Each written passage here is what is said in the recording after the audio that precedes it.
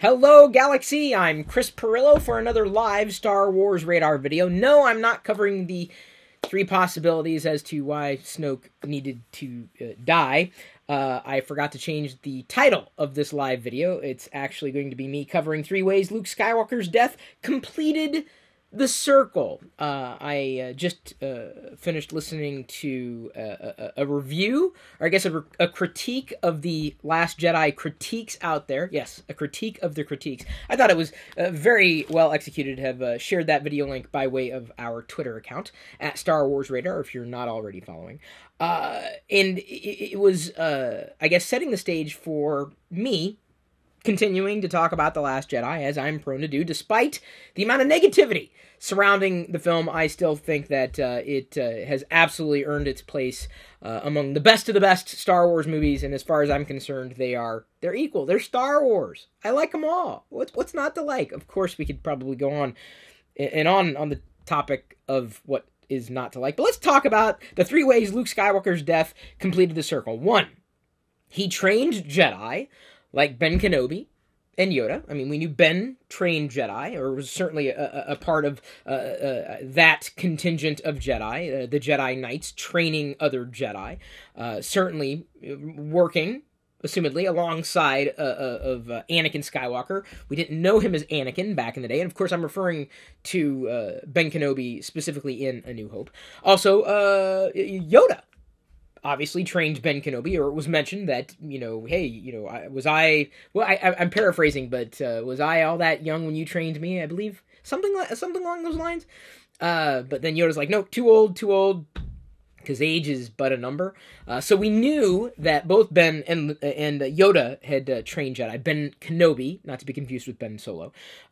So now Luke, we have known, also trained Jedi. Turned out to not be very successful, though some might argue that Ben, in how Ben Kenobi trained Jedi, that turned out to be not so successful because Ben trained Anakin, and Anakin turned out to be the Dark Lord of the Sith, allegedly the Chosen One. Darth Vader is who he turned into. So really, who was a more successful a Jedi trainer? Was Luke more successful, or was Obi-Wan more successful? I don't know. It's hard to say. So, I mean, I'm sure we could dive deeper into that. But I do want to move on to the second way that I believe Luke Skywalker's death completed the circle. In that Luke himself, witnessed both Obi-Wan and Yoda disappear into the Force, give themselves to the Force. In fact, for years, I remember wondering, wait, did Darth Vader really strike down Obi-Wan?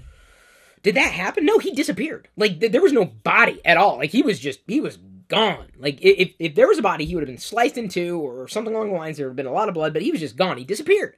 And then, of course, in Return of the Jedi, Yoda disappears. So it's a thing that Jedi could apparently do. So his masters, Luke's truly his only masters, Obi-Wan and Yoda, both gave themselves up to the Force.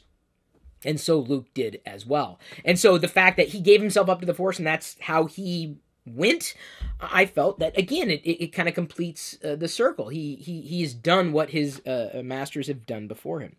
Which leads me to the third point, and before his death and disappearance into the Force, Luke became a hermit. So did Obi-Wan.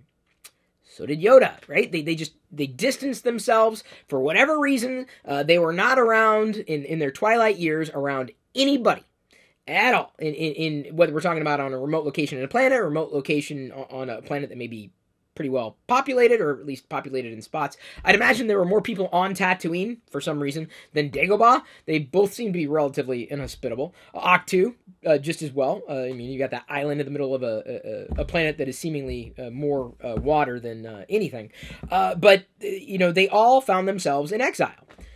And so Luke, once again, followed the path of his masters. And it completes the circle. He didn't really do anything. I mean, yes, things played out differently for Luke than they played out for both Obi-Wan or Yoda. But even when we look at those differences in their paths, there are many ways that their paths were incredibly similar. And I believe that, more than anything, shows that Rian Johnson certainly respected Luke as a character, contrary to what some may believe, and really understood how to tell that story in such a capacity that this just, the fact that I even have to talk about it just kind of amazes me, but it's still something worth talking about, knowing full well that history repeats itself. Hopefully my verbal errors don't repeat themselves. But these circles, these experiences that we have can be cyclical.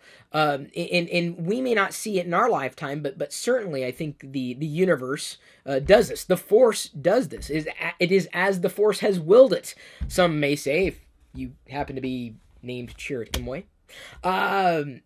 But yeah, I really think that despite what some people have issue with in terms of Luke's arc, specifically how it played out in The Last Jedi, I found it to be worthy of the character in every possible way, and found it to once again reestablish my feeling that it's not that nothing's new. Things are always new, but history repeats itself. That's realistic. It would have been, I think, slightly less realistic if Luke met his demise any other way. If he would have, think about it, if he would have met Luke's end, if he would have died, or given himself to the Force, maybe, in some other way, maybe Kylo, let's say, killed him directly, I don't think that would have been a death worthy of the character. This was a death worthy of the character. This was the final moments of a character's life worthy of that character, for all the aforementioned reasons, because he just did it in a different way, but pretty much followed the same path, the same type of circle, completing that circle with the stories that we knew growing up, or at least some of us knew growing up when we grew up with the original trilogy, back when we thought that was like the only possibility for any amount of Star Wars stuff. Someone on the YouTube live video left a comment, only one Kenobi, the handle. Hey Chris, personally had no issue with Snoke's demise. Yeah, neither did I. It was such a great twist, especially as I was wondering how anyone could kill him because he seemed so powerful in the movie. All the more reason you gotta watch the other live video that I did, because I again, apologize for having forgotten to rename this video. That being said, here's Snoke, sitting inside a box. Supreme Leader Snoke, or the former Supreme Leader Snoke. Let me go ahead and... I don't know why I'm wanting to hold on to these boxes, because I do happen to have another Snoke sitting safely inside a box. He will stay safely tucked away inside the box. This one is being removed. My daughter Jedi made notes. She could not wait for me to open the Snoke because she likes his sparkly cloak.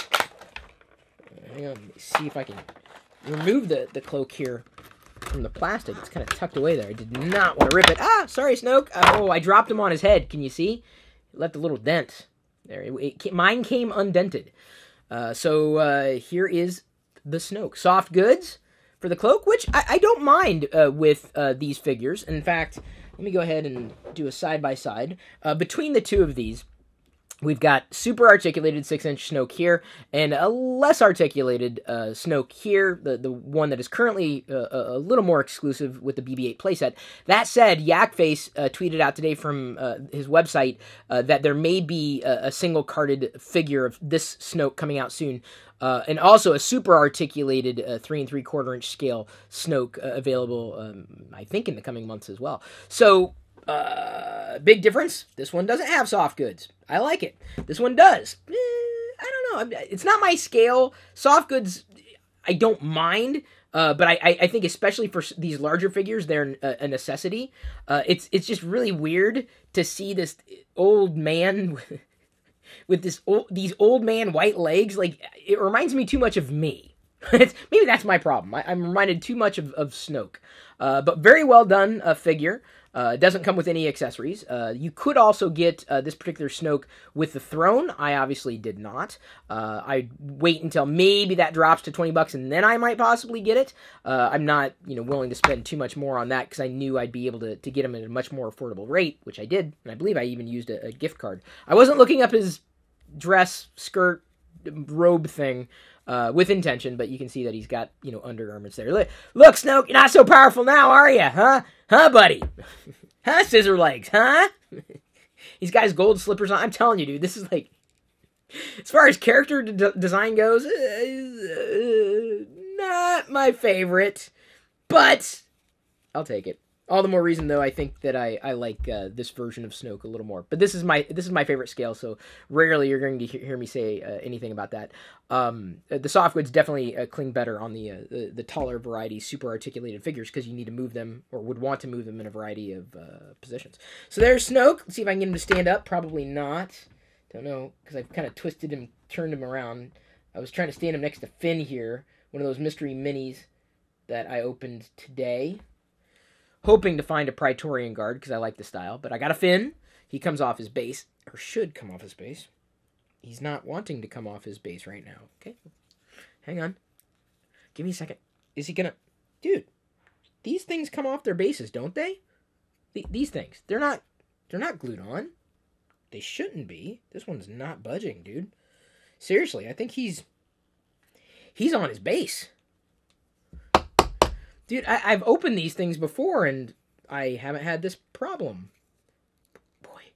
Wait, it's just 1 foot? Okay, well, I guess he's just going to stand on his base. Funko sent me those a while ago, but I'm getting to them slowly. I don't open all my Star Wars toys all at once, just a little bit at a time. Okay, there's my Force Link bracelet going off with figures all around. Thank you, everybody, for tuning in. Thank you, Snoke, for not officially being a part of the video, but then being officially a part of the video. If you have any other topics you'd care for me to cover in relation to Star Wars, let me know. You're also more than welcome to join us in our chat room, open 24/7. The Star Wars Radar Discord chat server is there for you. You can check out the link in the video description, or at least it should be there. Plenty of people talking about things that are all things Star Wars, kind of like me. I love you. I appreciate you. And at this point, I'm going to leave you to your own devices. May the Force